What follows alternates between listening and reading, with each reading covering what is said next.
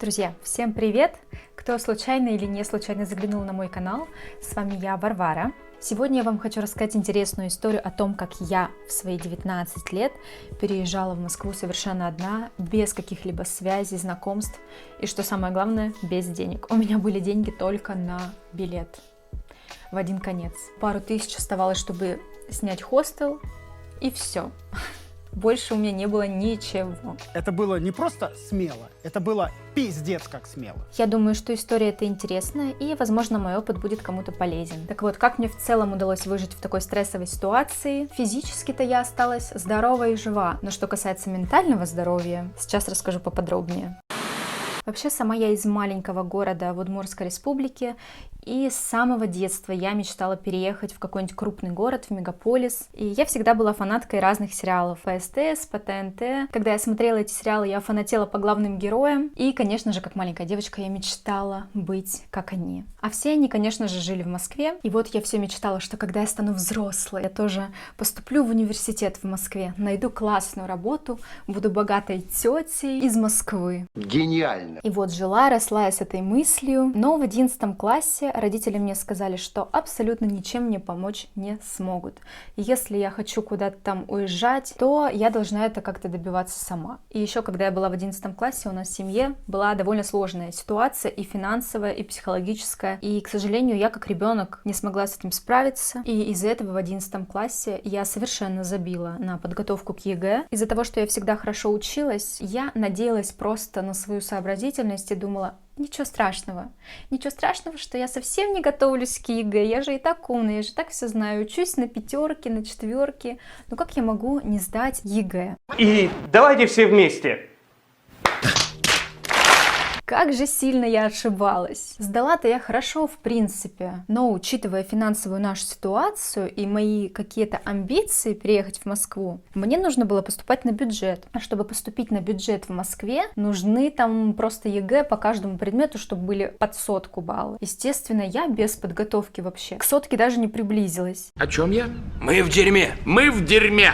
В общем, после окончания школы я не стала поступать вообще никуда, я подождала еще год, потом я досдала обществознание, потому что изначально я его почему-то не сдавала. Я планировала работать и параллельно поступить куда-нибудь на заочное отделение и сама себе оплачивать учебу. И за этот год, прямо перед отъездом моим, у нас с мамой очень сильно испортились отношения, мы ругались прям каждый день. Это было просто для меня невыносимо, и я помню, однажды после нашей очень крупной ссоры я просто ушла из дома. Ну, не то чтобы ушла из дома, я просто, пошла подышать свежим воздухом. Я сидела ночью на этой детской площадке, плакала и думала: все, я больше так не могу, я уеду просто из этого дома. Я готова была жить на вокзале, только бы просто уехать и прекратить просто все эти скандалы. У меня были какие-то накопления, но, как оказалось, их хватило только на билет до Москвы в один конец. Оставалось там, я не знаю, сколько оставалось. Сущие копейки. В итоге мне хватило только на то, чтобы неделю за проживание в хостеле оплатить. Вот так я и уехала в Москву, раньше, чем планировала. Конечно, мой юный 19-летний мозг просто не мог предположить то, что его там может ожидать. Образно говоря, я в том возрасте была просто девочка, которая вообще не представляет, что такое реальный мир. Я думала, что когда я сойду с поезда, сразу же вся Москва будет у моих ног. Я сразу же там стану актрисой, певицей, просто звездой этого мира. Но, конечно же, этого не произошло. Дорогой дневник, мне не подобрать слов, чтобы описать боль и унижение, которые я испытал сегодня. Я точно не помню, но я знала какую-то девочку в Москве, которая посоветовала мне как раз приехать в тот хостел, где я в итоге жила, потому что девочка тоже жила в этом хостеле. Так вот, я оплатила за неделю проживание в этом хостеле. Меня заселили в комнату. Когда я увидела эту комнату, мне просто захотелось плакать. Примерная обстановка. Там было штук 10, мне кажется, двухэтажных кроватей в одной комнате, то есть комната была большая. Но самое ужасное — это то, что там просто этот хостел, он кишил клопами, там они были везде. Как только наступала ночь, они выползали, начинали ползать по всем этим женщинам. По мне ползали, но я не помню, чтобы меня прям жестко кусали. Но там были женщины, у которых просто все тело было покрыто этими укусами. Это было просто жутко, и я вообще в жизни никогда такого не видела. Была очень тепличная домашняя девочка, и это для меня был просто шок. Это не норма, это какая-то страшная, жуткая, ужасная болезнь. Но так как это буквально единственное место, которое я знала в Москве, которое мне посоветовали, я вообще больше не представляла, куда можно пойти. Я продолжала жить там. Вот когда я поняла, что денег у меня совершенно не остается, мне срочно понадобилось найти какую-либо работу. Причем такую работу, за которую вот денежку заплатят в этот же день. Потому что месяц ждать зарплаты я явно не могу. У меня просто на это нет денег. Потому что вот через неделю меня выселят из этого хостела. Опять-таки, это девочка, которая вот мне посоветовала хостел и жила тоже в хостеле, рассказала мне, что есть такая тема, как съемки в массовках. Я раньше всегда мечтала быть актрисой, меня это очень заинтересовало. Я подумала, вау, это точно для меня, я очень хочу попробовать. Как я раньше записывалась на эти съемки, есть такой сайт массовки.нет или массовки.ру. Любой может туда зайти и записаться на какую-либо съемку. Но на самом деле на этих съемках платили очень мало, даже тогда, то есть тогда 8 лет назад, сейчас мне уже 27 лет, за рабочий съемочный день актерам массовых сцен платили, ну, порядка там 400, 500, 600 рублей. А вам не хватает?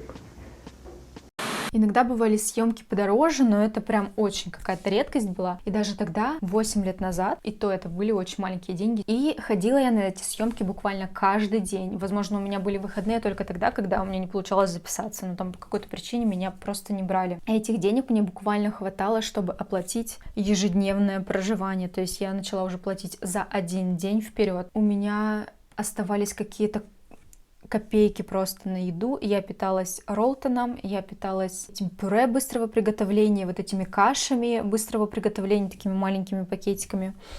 Короче, на всей этой теме я просто похудела до 40 килограмм. Я куда-нибудь приложу фотографию, если я найду, как я тогда выглядела. И в один прекрасный момент мне прям жестко стало не хватать денег. Я помню, я пыталась договориться с женщиной на ресепшене, чтобы она меня не выселяла. Мне говорили, что ну типа как мы тебя можем оставить без денег. Я вышла на улицу, я просто сидела у стены, вот так прислонилась к стене, просто рыдала, звонила маме, говорила: мама, можешь мне хотя бы какие-то деньги скинуть, потому что меня выгонят на улицу, мне будет негде жить, я просто стану бездомной, что мне делать, у меня типа вообще нет денег. На что мама мне говорила: дочь, ну как я не могу тебе помочь, у нас реально очень сложная была финансовая ситуация, и мама мне никак не могла тогда помочь. Но, по-моему, в итоге мама мне как-то помогла, она у кого-то заняла денег, я потом ей отдавала. Как-то мы выкрутились совместными усилиями. Но голод все равно продолжался, мне не хватало денег на еду. И были такие моменты, когда на съемках я просто падала в обмороки, в голодные. Печальная история.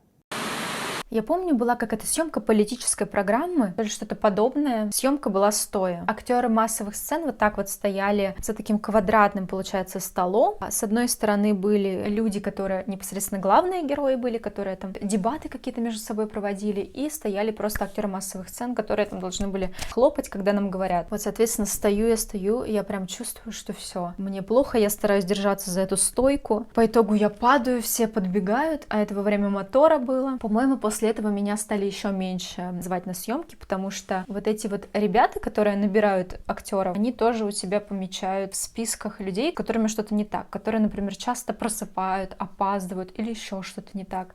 И вот, по-моему, меня тогда пометили, наверное, как какую-то больную или наркоманку, я не знаю. С ней что-то не так, она падает в обмороки.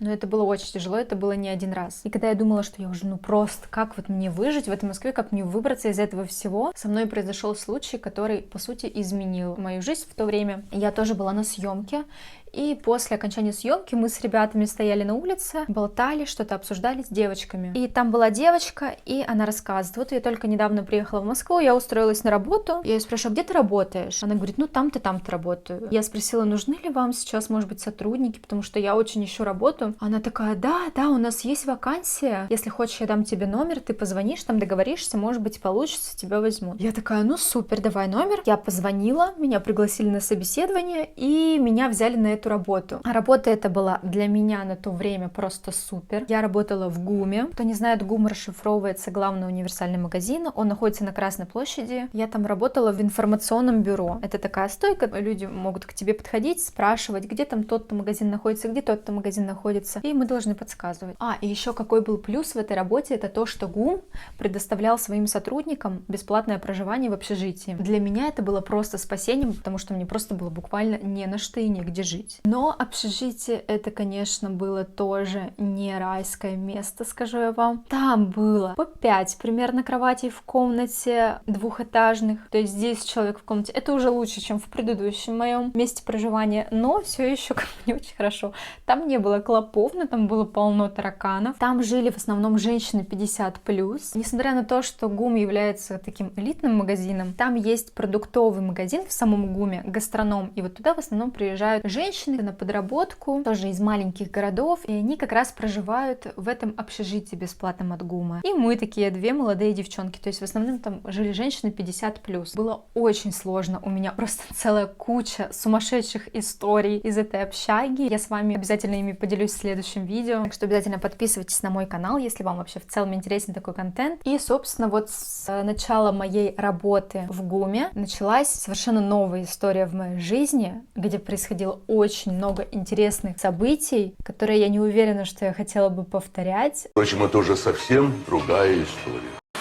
Я планирую выпустить серию роликов с историями из моей жизни, поэтому подписывайтесь, если вам интересен такой контент. И в заключении хочу задать сама себе вопрос: захотела бы я пройти через это еще раз? Я думаю, что нет. Я думаю, что не стоило того вот этот вот побег из дома, просто без денег и жить в какой-то нищете, пройти через столько трудностей. Я думаю, что можно было потерпеть еще пару месяцев, подзаработать побольше денег, уехать с накоплениями и совершенно спокойно дойти до той точки, в которой я есть сейчас, без вот таких вот просто сумасшедших событий. Но, как говорится, опыт — это самое ценное, что у нас есть. Поэтому, в любом случае, ни о чем не жалею.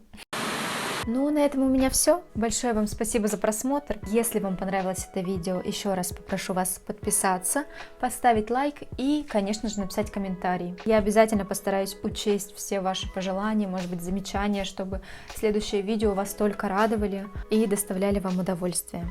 Спасибо за просмотр. Жду вас в следующих видео.